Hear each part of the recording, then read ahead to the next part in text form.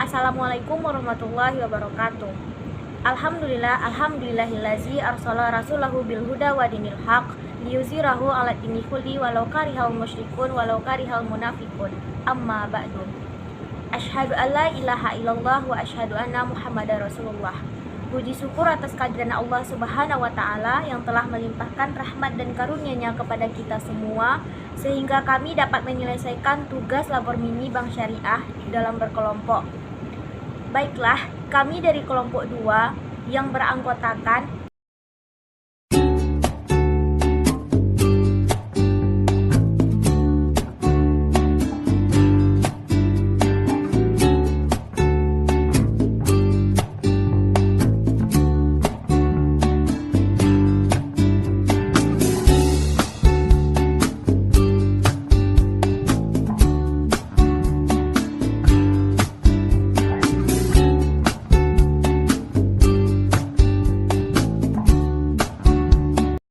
Assalamualaikum warahmatullahi wabarakatuh. Baiklah, saya akan menyampaikan materi marketing, account officer, dan credit support.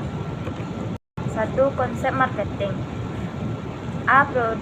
Konsep produksi. Konsep produksi didasarkan pada pendekatan bahwa perusahaan dapat meningkatkan pasokan karena mengurangi biaya.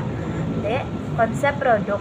Konsep ini bekerja berdasarkan asumsi bahwa pelanggan ini menyukai produk dengan kualitas dan harga yang lebih tinggi dan ketersediaan tidak mengurangi keputusan pembelian mereka. C. Konsep penjualan. Konsep penjualan ini mayoriti bahwa pelanggan akan membeli produk-produk perusahaan hanya jika perusahaan ingin menjual produk secara agresif. D. Konsep pemasaran. Konsep pemasaran menempatkan konsumen di pusat tujuan organisasi bisnis. E. Konsep masyarakat. Konsep masyarakat mayoriti kebutuhan dan keinginan pasar target dan mengirim volume yang lebih baik dari para pesaing. Fungsi marketing. A. Fungsi pertukaran. Dengan adanya marketing, konsumen hanya perlu melakukan pertukaran dengan pelaku marketing atau produsen yang memenuhi kebutuhan. B. Fungsi perantara. Fungsi marketing dari media perantara merupakan alat yang digunakan untuk menyampaikan produk dari produsen kepada konsumen yang menghubungkan aktivitas pertukaran dengan distributor fisik. C. Distribusi fisik. Distribusi fisik berfungsi untuk mengangkut dan menyampaikan produk. Tugas marketing. Marketing bertugas dalam mempromosi. Marketing memiliki fungsi dalam memperkenalkan atau mempromosikan setiap produk dan perusahaan yang sudah dihasilkan dan berseluaskan kepada masyarakat. B. Marketing dapat berperan sebagai sales. C. Marketing bertugas mendalami riset dan pengembangan. D. Marketing bertugas sebagai perwujudan konsep marketing communication.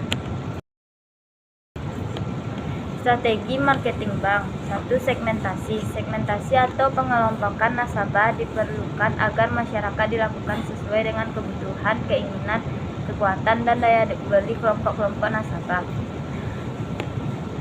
B. Targeting. Targeting calon nasabah yang dituju dan beberapa banyak produk yang akan ditawarkan juga penting dalam pembuatan strategi. C. Positioning. Positioning atau penetapan produk juga perlu ditentukan agar produk yang ditawarkan tidak salah tempat atau segmentasi nasabah. D. Produk meliputi keragaman produk, kualitas, desain, ciri khas, nama merek, pelayanan, garansi, dan benefit produk sangat penting dalam proses marketing. 4. Hal ini berkaitan dengan letaknya posisi kantor cabang yang strategis menunjang keberhasilan dalam proses marketing.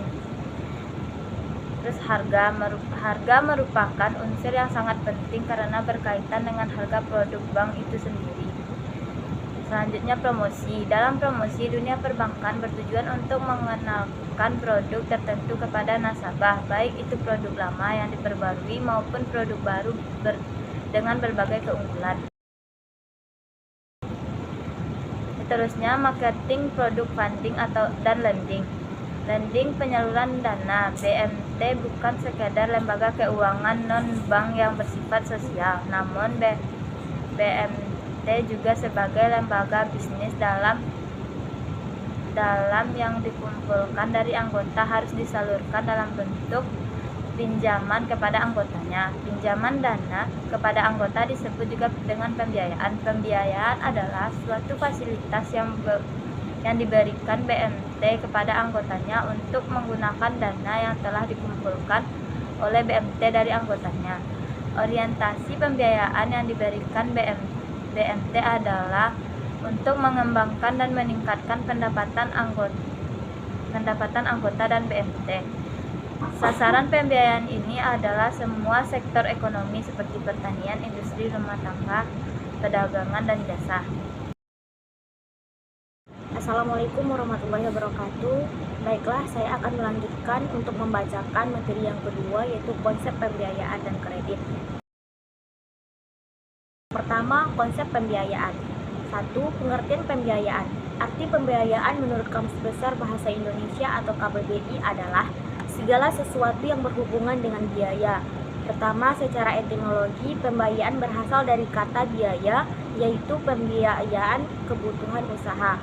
Berdasarkan Undang-Undang Nomor 20 Tahun 2008, yang dimaksud pembiayaan adalah penyediaan dana oleh pemerintah daerah, dunia usaha, dan masyarakat melalui bank, koperasi, dan lembaga keuangan bukan bank untuk mengembangkan dan memperkuat permodalan usaha mikro, kecil, dan menengah. Konsep kredit. Pinjaman adalah operasi pembiayaan di mana seseorang yang disebut kreditur atau biasanya lembaga keuangan meminjamkan sejumlah uang tertentu kepada orang lain yang disebut debitur, di mana sejak saat itu penjamin kreditur bahwa ia akan mengembalikan jumlah yang diminta dalam waktu yang ditentukan sebelumnya ditambah jumlah tambahan yang disebut dengan bunga. Fungsi kredit. Yang pertama, mempercepat kemampuan beli masyarakat. Yang kedua, menjadi motivator dan pergerakan dinamis peningkatan kegiatan perdagangan dan perekonomian.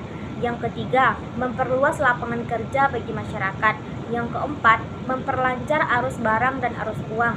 Yang kelima, meningkatkan produktivitas dana yang ada. Yang keenam, meningkatkan daya guna atau utility atau yang disebut dengan barang. Yang ketujuh, meningkatkan kegairahan berusaha masyarakat. Yang kedelapan, meningkatkan income per kapita atau yang disebut dengan IPC masyarakat. Yang ke-10, mengubah cara berpikir atau bertindak masyarakat untuk lebih ekonomis. Fungsi pembiayaan. Yang pertama, pembiayaan dapat meningkatkan utility atau daya guna dari modal atau uang. Yang kedua, pembiayaan meningkatkan utility atau daya guna satu barang. Yang ketiga, pembiayaan meningkatkan peredaran dan lalu lintas barang. Yang keempat, pembiayaan menimbulkan gairah usaha masyarakat. Yang kelima, pembiayaan sebagai alat stabilisasi ekonomi. Tujuan dan pembiayaan.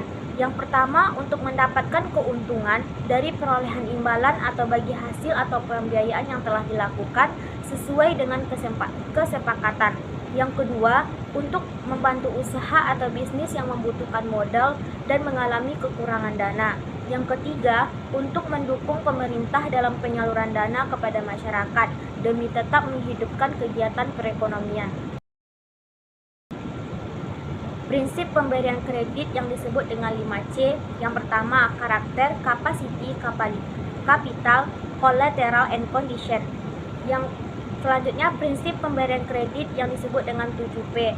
Yang pertama, personality, kedua party, yang ketiga purpose, yang keempat prospek, yang kelima payment, yang keenam profitability, yang ketujuh protection. Pengertian analisa kredit.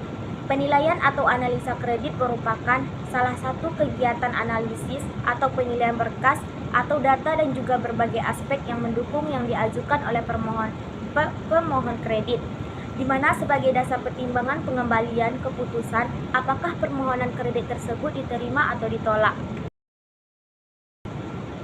Pengertian analisa pembiayaan.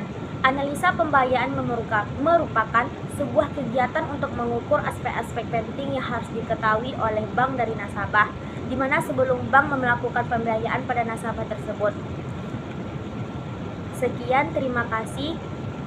Assalamualaikum warahmatullahi wabarakatuh. Sekian penyampaian materi dari kelompok kami. Jika ada salah-salah, kami mohon maaf. Assalamualaikum warahmatullahi wabarakatuh.